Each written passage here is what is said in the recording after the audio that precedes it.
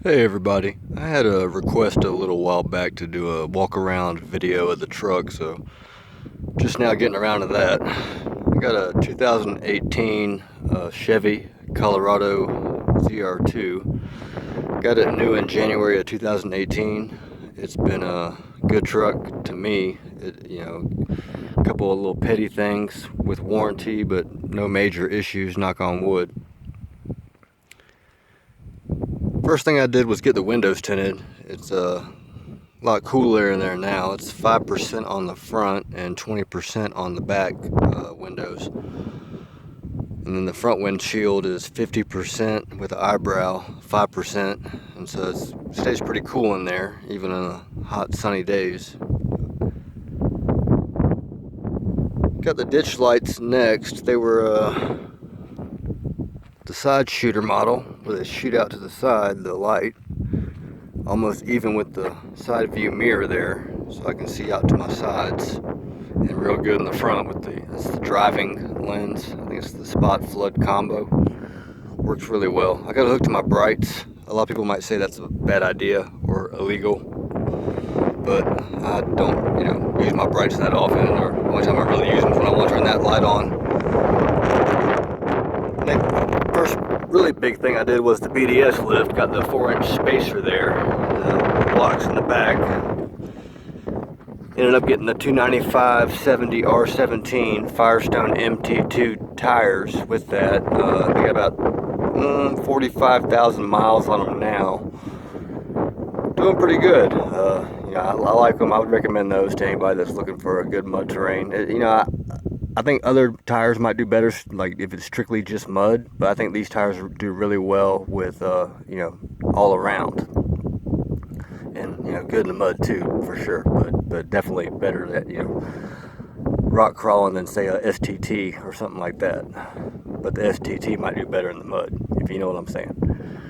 Those are the method grids for the wheels. They beat up pretty good. They still work pretty good.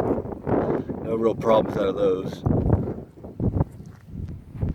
The front bumper is discontinued, unfortunately, but it was made by a company out of Colorado called Little Bees.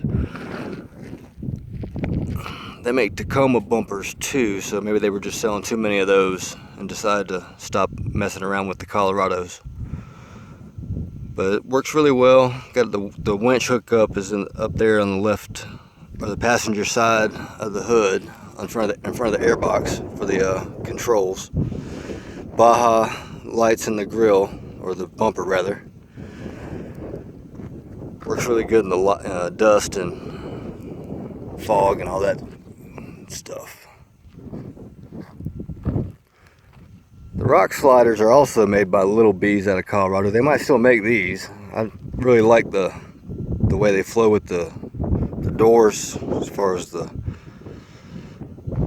then they don't have a kicker per se, but they do come out a little bit more than stock ones, so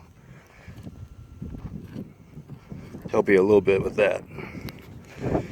End up getting the AEV skids underneath as well. They've been doing really good. A lot of people complain that their stuff's pricey, but I tell you, I beat on them, and they definitely are worth it. Also went with their rear bumper for the rear bumper, but kind of went back and forth on should I get the rear tire swing out for that or the AEV one. Ended up with the AEV one. I'm happy with it. Also got the Timbrand bump stops on the front and rear. If you're going to choose between those two, I'd recommend the rear first. They seem to make the most difference if you're hauling butt down a dirt road or something.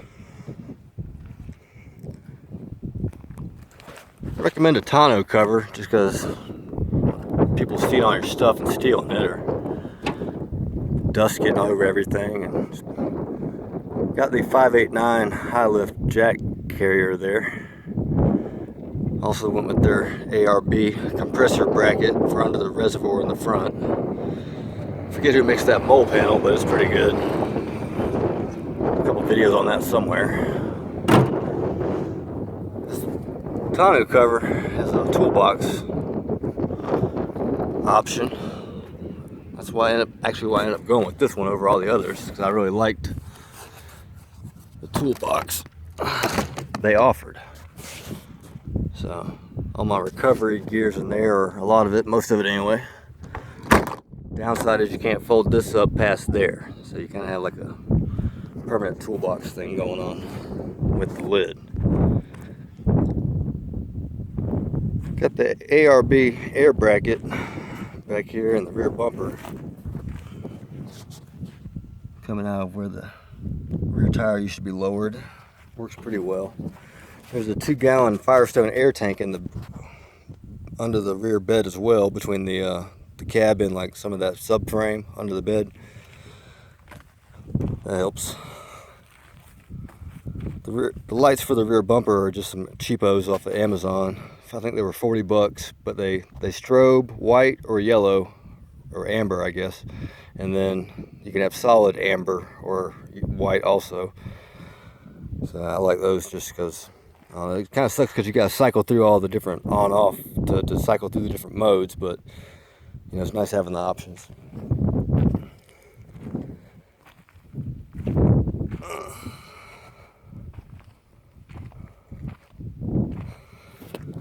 I don't have any fancy switches for my lights and compressor. I just have this one on the far right is the rear bumper. The 2 toggle ones there next to it. One's the running light for the front bumper, one's the actual light for the front bumper. That is the air compressor switch underneath those. So I might redo that one day, but that, you know, it's been working pretty good for me so far. It's a mess. I got the sub-thump 10-inch speaker back here. Little fire extinguisher screwed into the box just because, you know, somebody gave it to me and never know. I need one of those.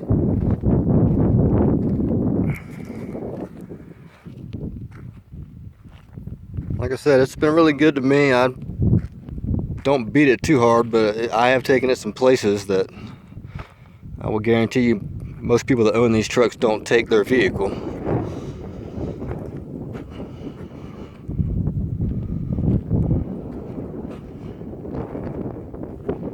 If you don't have any questions, just leave them in the comments. I'll do my best to answer them. Thanks for watching.